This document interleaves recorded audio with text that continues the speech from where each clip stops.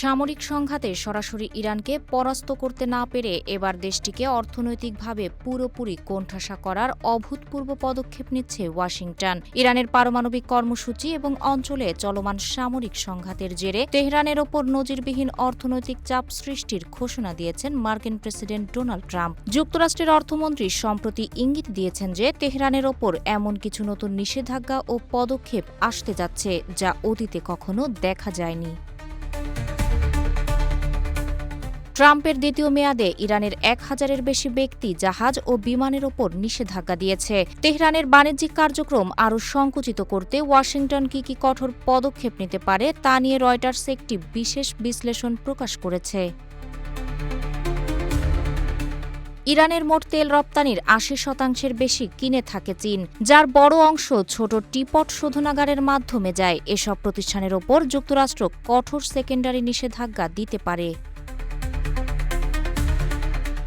ইরানের তেল ও সামরিক লেনদেনে সহায়তার অভিযোগে চীনের দুটি বড় ব্যাংককেও সতর্ক করেছে মার্কিন ট্রেজারি। ব্যাংকিং খাতে নিষেধাজ্ঞা কার্যকর হলে ইরানের আন্তর্জাতিক আর্থিক লেনদেন বড় ধরনের সংকটে পড়তে পারে।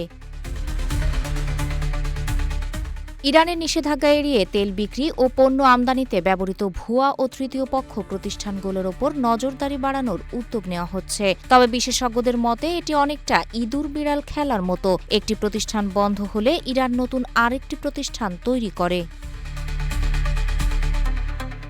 হরমুজ প্রণালী ও সামুদ্রিক পথের পর এবার ইরানের ওপর স্থল অবরোধের সম্ভাবনা নিয়েও আলোচনা চলছে। প্রতিবেশী ইরাক, তুরস্ক, পাকিস্তান ও আজারবাইজানের সহায়তা নেওয়ার কথা থাকলেও পাহাড়ি সীমান্ত স্থানীয় রাজনীতির কারণে তা বাস্তবায়ন কঠিন।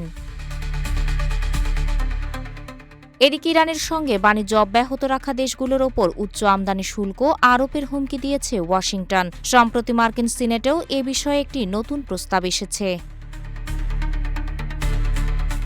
তবে এসব অর্থনৈতিক কৌশল বাস্তবায়ন যুক্তরাষ্ট্রের জন্য সহজ হবে না। চীনের ওপর অতিরিক্ত চাপ দিলে বিরল খনিজ সরবরাহের সংকট তৈরি হতে পারে, যা মার্কিন প্রযুক্তি শিল্পকে ক্ষতিগ্রস্ত করবে। এছাড়া শুল্ক আরোপের ক্ষেত্রেও অভ্যন্তরীণ রাজনৈতিক ও আইনি জটিলতা রয়েছে।